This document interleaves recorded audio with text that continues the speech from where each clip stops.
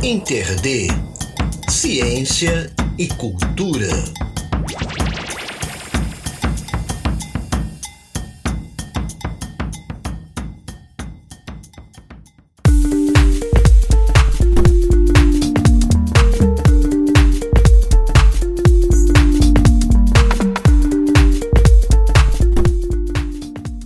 Olá povo, olá pessoas, eu sou a Deluna e esta é uma edição extra do Interd, veiculada nas principais plataformas digitais. Bom, neste sábado e domingo, dias 13 e 14 de maio, acontece a edição de 30 anos do Abril pro Rock, lá no Clube Português, aqui no Recife. Pô, entre as atrações temos aí o Torture Squad, The Troops of Doom, Carnificina, Muqueca de Rato, Cripta, Incantation dos Estados Unidos, Devotos, a grande Dorsal Atlântica, banda patrimônia do metal brasileiro, Corja, Gangrena Gasosa, Edu Falache, entre outros, né? Bom, e agora eu converso com o homem por trás do Abril pro Rock, o produtor Paulo André. Vamos nessa. Bom, Paulo André, falando aí do princípio do começo, né? Como você teve a ideia de criar o Abril pro Rock e como se desenvolveu aí o processo até a realização da primeira edição? Então, Adelson, o Abril, o surgimento dele tem a ver com o tempo e o espaço que a gente vivia, né? Recife tinha acabado de receber a MTV, né? Pouco depois de ter chegado no Brasil, e alguns meses, no máximo um ano depois da chegada da MTV, durante um ano a gente teve uma franquia da 89 FM, a Rádio Rock de São Paulo. Então naquela época, né, e o mangue foi essencialmente periférico, a galera de Peixinhos, do Alto Zé do Pinho, não tinha grana para comprar disco nem CD, né, nem vinil nem CD. Então a rádio e a MTV trazia informação em tempo real.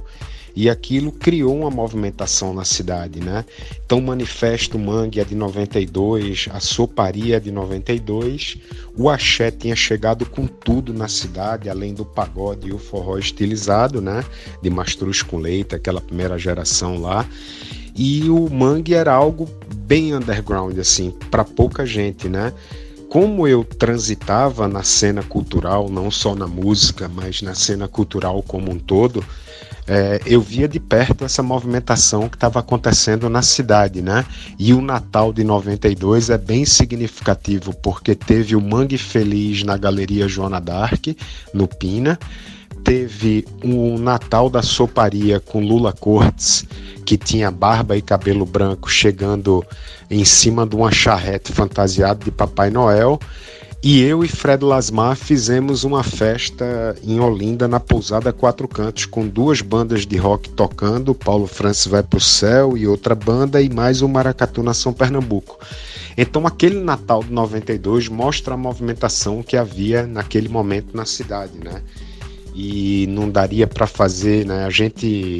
A época, quando a gente chega no Réveillon, já era meio trilha sonora de frevo nas festas, né? Então a gente já tinha as prévias carnavalescas, não na quantidade que tem hoje, mas já tinham muitos blocos e prévias, e aí não dava para fazer até o carnaval. Então depois do carnaval precisava esperar passar um tempo para produzir, então abriu pro rock, né? Então um momento, a vontade de fazer alguma coisa pela cidade, pela sua cena musical, que, repito, estava sendo invadida, né, pelo axé music e por outros gêneros musicais, e Pernambuco tinha perdido a referência de ter alguma coisa daqui projetada nacionalmente, desde a geração de Lula Cortes, de Alceu Valença, de Geraldo Azevedo, né, que foram parar nas grandes gravadoras e tiveram, né, essa projeção nacional.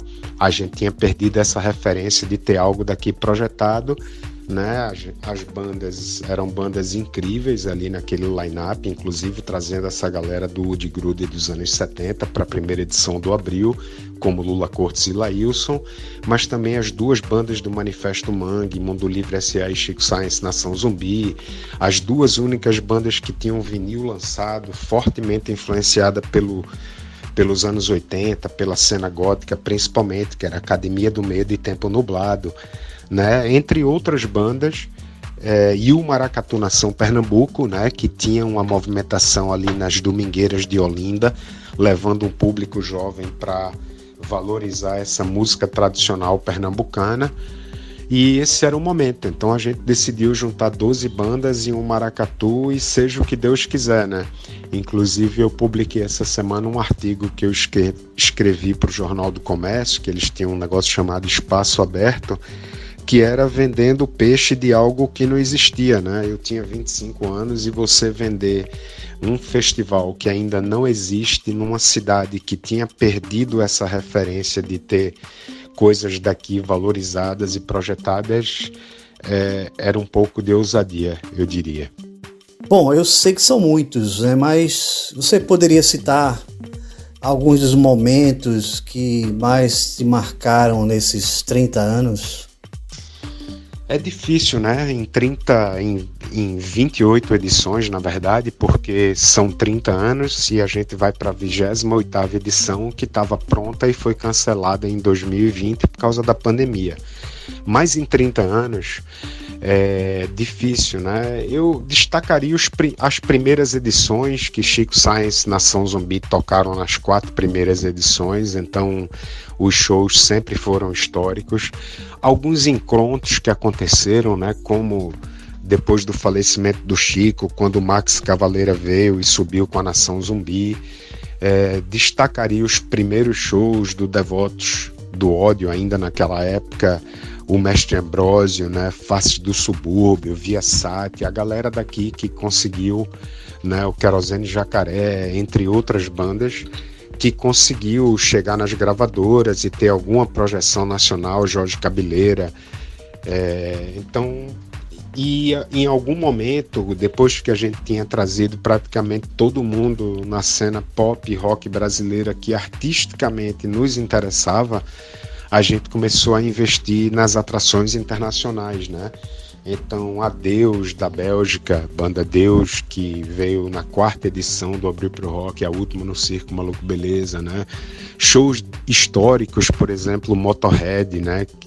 Que eu destacaria como um grande show histórico do Abril pro Rock, a primeira vinda do Sepultura ao Norte e Nordeste depois da projeção mundial, que foi em 99, também é um show icônico, e no ano seguinte o primeiro show, aliás, o segundo show da Soulfly no Brasil, só tinha tocado em São Paulo, o Placebo em 2005, né? E também a cultura popular que a gente abraçou da mesma forma, o show de Selma do Coco em 97, o show icônico de Lia de Itamaracá em 98, que infelizmente muita gente naquela época pensava que Lia era falecida, né? Tamanho esquecimento que ela havia caído, e no ostracismo também. Bom, nessas 3 décadas o mundo da música, a nível local, nacional e mundial, mudou bastante, né? E quais dessas mudanças aí você acredita que impactaram a manutenção e a realização do Abril? Verdade, né? Mudanças inacreditáveis para os mais experientes do mercado da música aconteceram nesses últimos 30 anos, né? A forma como as pessoas ouvem música, a forma como a música chega ao público, o próprio comportamento do público mudou, né? O rock, por exemplo, envelheceu muito mal, sem ligação com o movimento negro, LGBTIA+, sem movimentos sociais, né? O rock que eu falo mais mainstream, né? Porque, por outro lado, o underground, na minha opinião, que é o que a gente tem no destaque hoje no Abril pro Rock já há algum tempo, né? Aliás, desde sempre que o underground esteve presente no Abril, mas eu considero que o underground amadureceu bastante, cresceu e se fortaleceu, e não é à toa que nossa programação é voltada para isso, sempre foi nosso público mais fiel.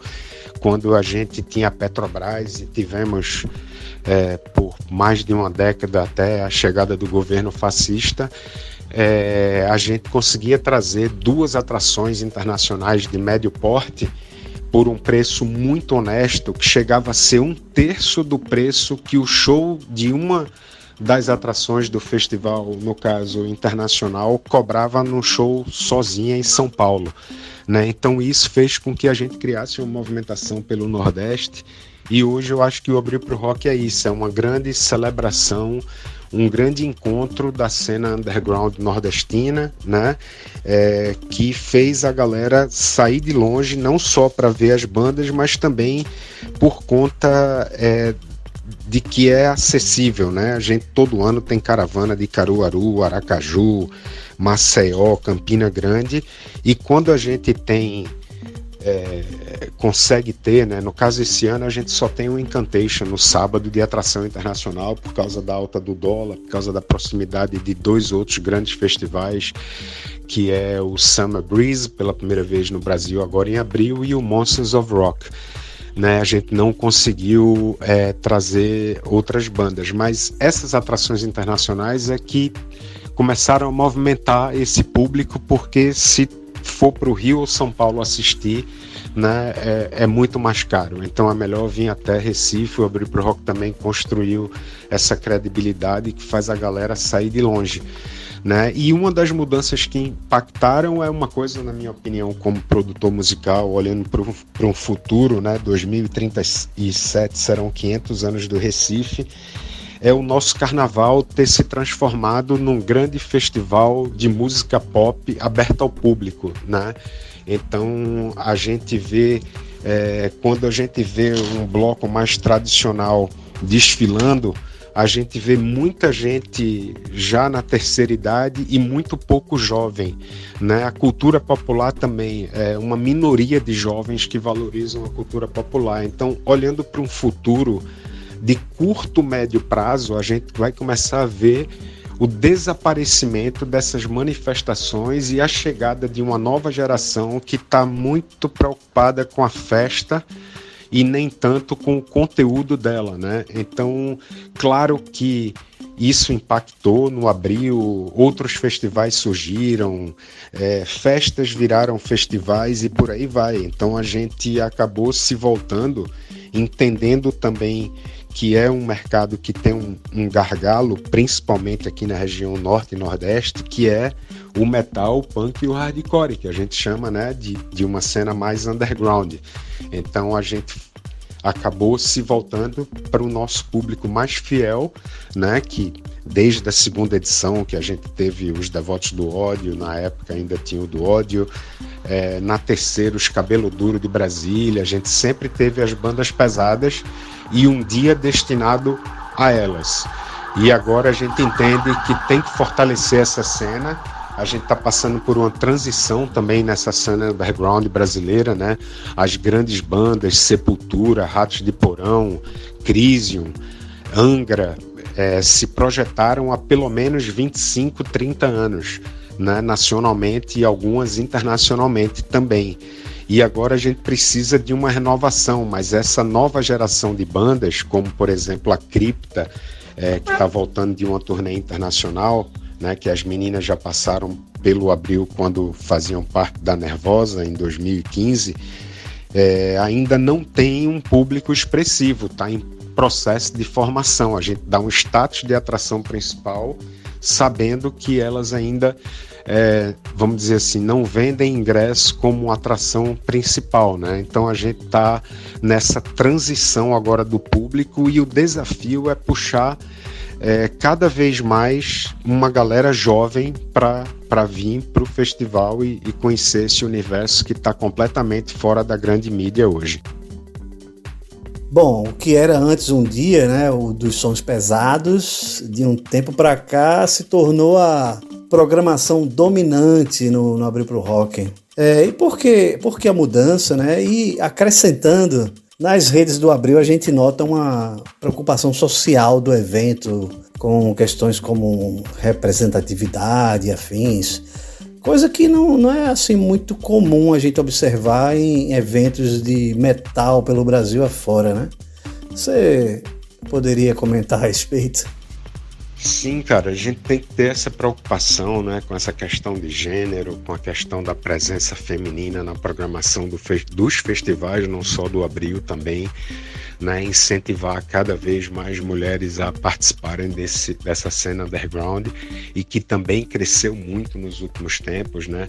A questão dos movimentos sociais, que também é uma coisa forte. Como eu falei, o underground, sim, esse envelheceu bem, né? Que eu nem considero que tá velho ainda, mas assim, falando, como eu falei mais cedo, da questão de que o rock envelheceu mal, o underground envelheceu bem, cada vez mais fortalecido, cada vez mais engajado nessas causas sociais, e o Abril vai tentando acompanhar isso também, né, da melhor forma, e olhando para frente, né, o que a gente tem que pensar, e o Abril sempre foi isso, a gente sempre fez as oficinas, os debates, tem um público que foi formado em oficinas de produção, né, uma primeira experiência com produção cultural nas oficinas de produção executiva de Pezão, nas oficinas de design, que chegamos a ter um pessoal de oficina da Argentina, de design, por exemplo, que é uma cidade do design reconhecida pelo projeto Cidades Criativas da Unesco. Então a gente não é só uma festa de 2 dias, né? A gente tem a exposição do Abril pro Rock, que esse ano vai ter minhas fotos e alguns cartazes dos anos 80, quando eu morei na área da Bahia de São Francisco e acompanhei de perto a cena do thrash metal e do funk rock pesado. Em breve a gente vai divulgar o local onde ela acontecerá agora, né, na virada do semestre, ainda como parte dos 30 anos do Abril. A gente vai fazer uns shows menores do APR Club também, e o livro do Abril pro Rock, né? Um livro que traga muita foto, justamente como eu falei mais cedo, para mostrar para uma nova geração que ainda não saía de casa e agora com 30 anos talvez que ainda nem tinha nascido quando o festival começou, esses encontros, né? Esses encontros e esses momentos vividos no festival. Então é isso, chega nos 30 anos olhando para frente né, somos hoje resistência, pura resistência, a gente faz o que a gente tem legitimidade para fazer, a gente traz as cenas que a gente acompanha com todo respeito às outras cenas musicais, mas hoje, quando o Abril pro Rock surgiu e eu trabalhava com Chico Science, Nação Zumbi, com os Devotos, a gente não tinha nenhum calendário, nenhum circuito de festivais brasileiros. E hoje a gente tem um circuito e um calendário o ano inteiro de festivais de norte a sul do país, né? Então nós somos um deles, né? E cada um vai na sua direção. O que eu tenho visto nos últimos tempos no grupo dos festivais que eu faço parte ali de todo o Brasil no WhatsApp, e alguns blogs, e principalmente o público falando que o line-up desses festivais, eles estão muito parecidos no Brasil inteiro. Você pega ali o midstream brasileiro, Baiana System, Duda Beat, Pablo Vittar, Johnny Hooker, e compõe com as atrações locais. Então eu tenho que concordar que realmente em algum momento fica bem parecido, e também essa questão que eu falei da densidade do festival, né? Porque eu estou vendo também surgir uma nova geração de festivais muito preocupado com a festa e com a bilheteria, né? E não tão preocupado com a cena. E a gente tem que ter a certeza e a preocupação de que não existe festival sem cena, sem bandas, sem artistas, né? A cena é que faz surgir o festival. Então, a festa pela festa não contribui muito. É preciso pensar a cena e fomentar a cena, não só bandas e artistas, mas também futuros profissionais. É isso. Agradeço aí Um abraço a todos e vamos celebrar no Abril. Pô, muitíssimo obrigado, Paulo André. Parabéns aí pelos 30 anos. Eu mesmo já passei, já toquei pelo Abril, né? Toquei 2 vezes com a Querosene Jacaré e estarei lá novamente como público. Informações sobre serviço, ingressos, vocês podem ver lá no nosso site www.interd.net.br, e porque tem uma postagem lá, né? Ou no Instagram do Abril. É isso, pessoas. Até a próxima.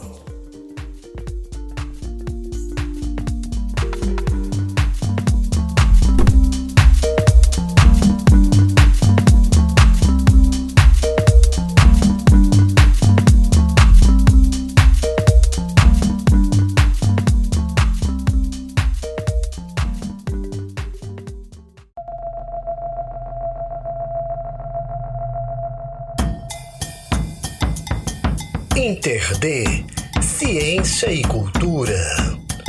Apresentação e pautas, Adeluna. Vinhetas, edição e trabalhos técnicos, Pedro Santos e Estúdio Bacamarte. Site www.interd.net.br.